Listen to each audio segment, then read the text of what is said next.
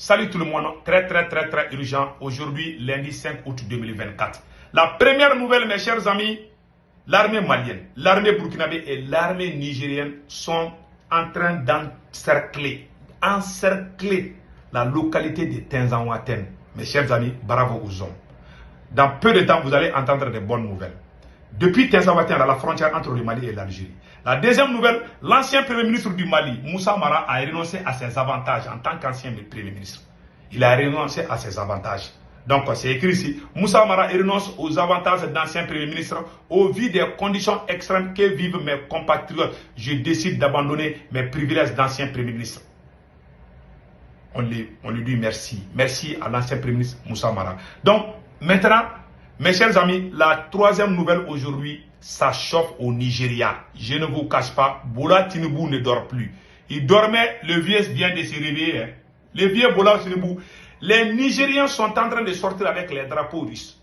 Ils ont demandé le départ pur et simple du président. Attendez là, voilà. Vous voyez? Ouais. Ça c'est la foule. Ça c'est la foule de la capitale nigérienne. Vous voyez? Vous voyez? Du jamais vu. Regardez. Regardez. Regardez. Regardez, c'est incroyable. Tout le peuple a sorti pour demander. Je vous dis, Bola Tinubu ne va pas résister. Il y aura coup d'État. Ce n'est pas mon souhait. Ce n'est pas mon souhait. It's not what I want. I don't like it. Mais, coup d'État avec un Nigeria. Il y aura coup d'État au Nigeria. Ça, je vous dis. Ah, il y aura coup d'État là-bas. Il risque d'avoir coup d'État. Voilà, je dis comme ça. Il risque d'avoir coup d'État là-bas. Parce que les manifestants demandent le retour des militaires. Parce que les militaires maliens, burkinabés et nigériens ont montré des très bons exemples de patriotisme. Et aussi, ils veulent que le Nigeria soit comme ça. Ils demandent à Poutine d'aller au Nigeria. Oh, ça chauffe là-bas. Donc, mes chers amis, donc voilà entre autres les nouvelles d'aujourd'hui. Et nous allons partir directement à Tinzanwaten. L'armée malienne a fait un communiqué. L'armée malienne a fait un communiqué dont je vais juste résumer. À travers le communiqué de l'armée malienne a montré que le peuple, il a passé dans la localité de Kidal, ils ont envoyé beaucoup de mercenaires. Je ne vous cache pas, mes chers frères et sœurs, il y a beaucoup de mercenaires qu'ils ont envoyés. Donc, la technique c'est quoi? C'est envahir les villages, casser tout. Donc, ça, c'est pas une bonne chose. Donc, le Mali vient de comment on appelle là, de donner, comment on appelle là, un ultimatum aux terroristes.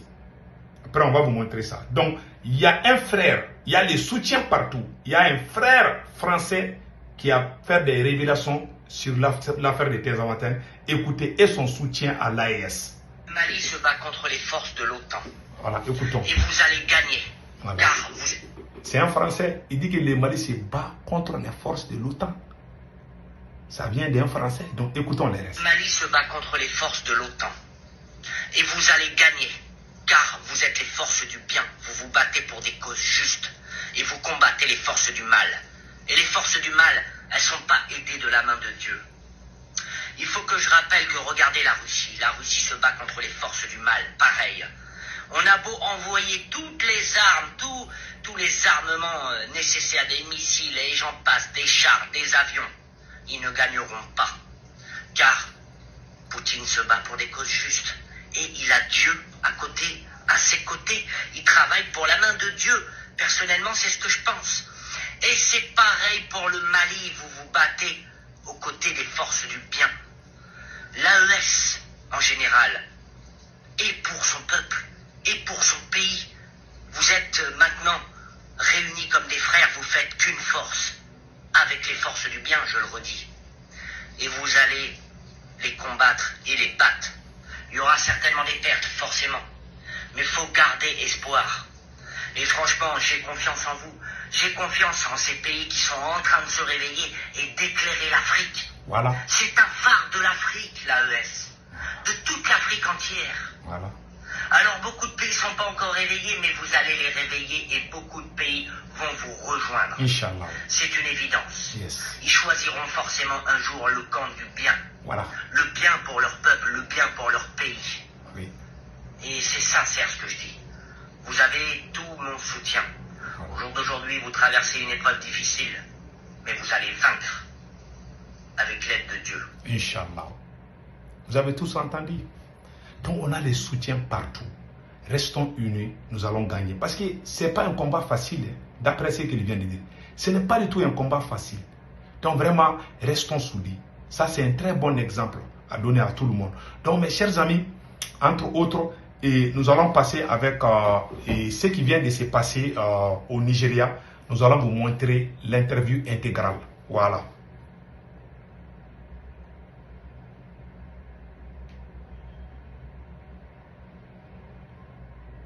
Il reste aussi droit dans ses bottes.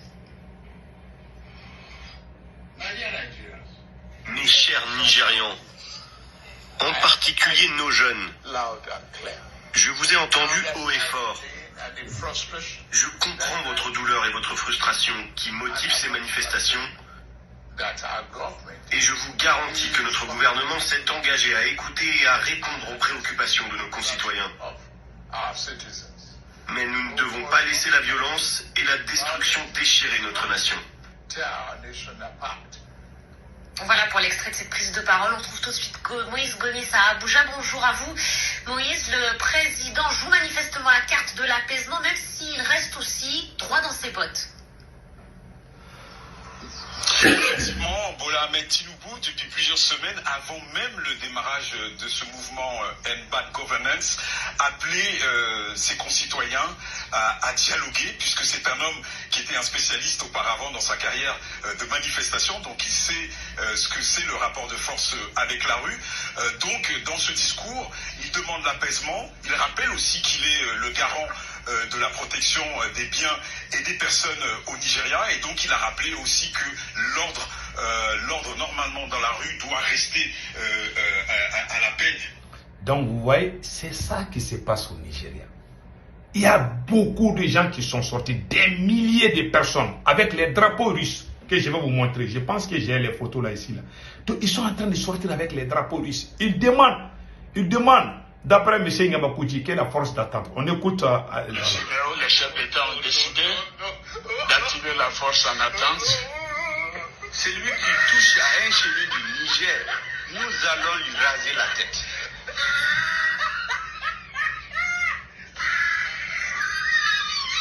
Cette force a continué à attendre.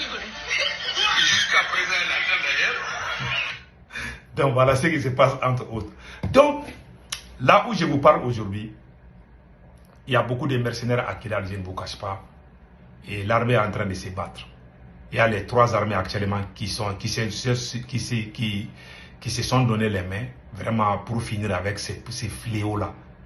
Parce que n'oublions pas une chose.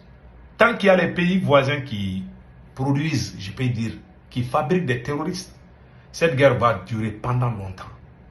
Et préparons-nous à une guerre de longue durée. Je ne vous cache pas.